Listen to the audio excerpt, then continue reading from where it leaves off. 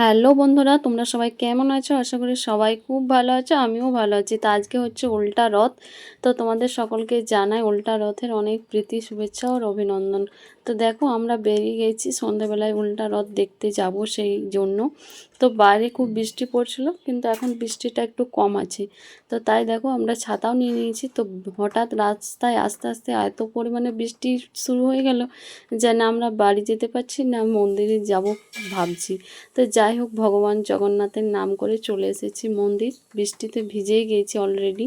তো আজকেও দেখতে পাচ্ছ এত পরিমাণে বৃষ্টি হয়েছে কি বলবো। তো এখানে দেখো, জগন্নাথকে আজকে মাসির বাড়ি থেকে আজকে নিজের গন্তব্যস্থলে নিয়ে যাবে, সেই জন্য এখানে নামিয়েছে। আর আমাদের জগন্নাথের মাসির বাড়ি হচ্ছে জগন্নাথ মন্দিরের পাশেই, ওটাকে জগন্নাথের মাসির বাড়ি বানানো হয়েছে। তো এখানে দেখো এখন কীর্তন হচ্ছে। তো চলো তোমরা একটু কীর্তনটা শুনে নাও।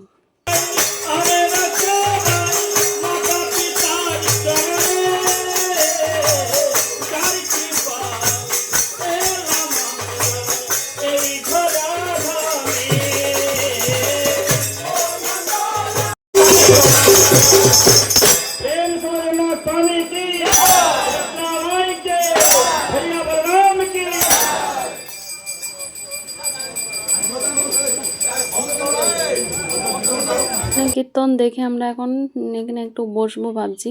তো এখানে দেখো বসছে, আর দেখতে পাচ্ছ তোমরা কত পরিমাণে বৃষ্টি হচ্ছে, পুরো ঝমঝমভাবে বৃষ্টি হচ্ছে। তো এখন আমরা একটু ওয়েট করছি। আর এখনও কিন্তু মন্দির থেকে জগন্নাথকে বের করা হয়নি। তো এখন কীর্তনই চলছে, শুরু হয়েছে, এখনও পর্যন্ত শেষ হয়নি। তো আমরা এখানে বসে বসে ওয়েট করছি আর বৃষ্টিটার অপেক্ষা করছি কতক্ষণে বৃষ্টিটা ছাড়াবে, বাড়ি যেতে হবে। অনেকটাই রাত হয়ে গেছে, প্রায় এখন 8টা বাজে। তো দেখো এখন বের করেছে মন্দির থেকে। তো চলো আমরাও দেখিনি, ওখানে একটু দাঁড়িয়ে তারপরে কিন্তু ওখান থেকে আমরা চলে যাব বাড়ি। তো সবাই এখন কিন্তু সব ঠাকুরগুলোকে এক এক করে নিয়ে যাচ্ছে, আর কিভাবে নিয়ে যাচ্ছে চলো তোমাদের সঙ্গে শেয়ার করি। তো এখন আমরা নিচে দিকে চলে এসেছি মন্দিরের নিচে। তারপরে দেখো এক এক করে সব ঠাকুরগুলো আনছে, আর মানে রথটা চারপাশ করে ঘোরাচ্ছে, তারপরে কিন্তু কীর্তন করে করে সাথে সাথে তারপর ওঠাচ্ছে।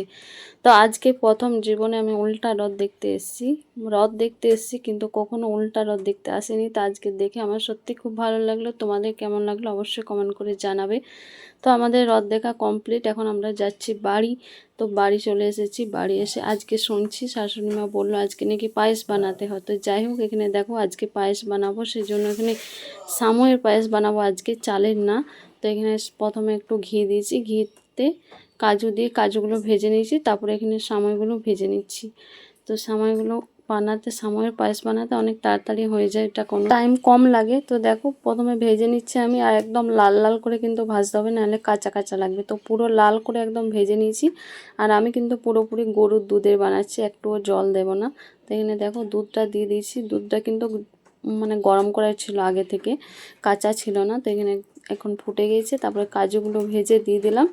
তারপরে একটু ফুটে যাবে, তারপরে কিন্তু পরিমাণ মতো চিনি দিয়ে দেবো, তারপরে নামিয়ে নেব। তো তোমাদের কেমন লাগলো আজকে ছোট্ট মতো মিনি ব্লগটা অবশ্যই কমেন্ট করে জানাবে। যদি ভালো লাগে তো লাইক কমেন্ট শেয়ার করে দিও। দেখা হবে নেক্সট ভিডিওতে। সবাই ভালো থাকবে, সুস্থ থাকবে। আর যারা নতুন দেখছো তারা প্লিজ ফলো করে দিও, আর যারা পুরাতন দেখছো তারা তো অবশ্যই সাপোর্ট করবে। টাটা।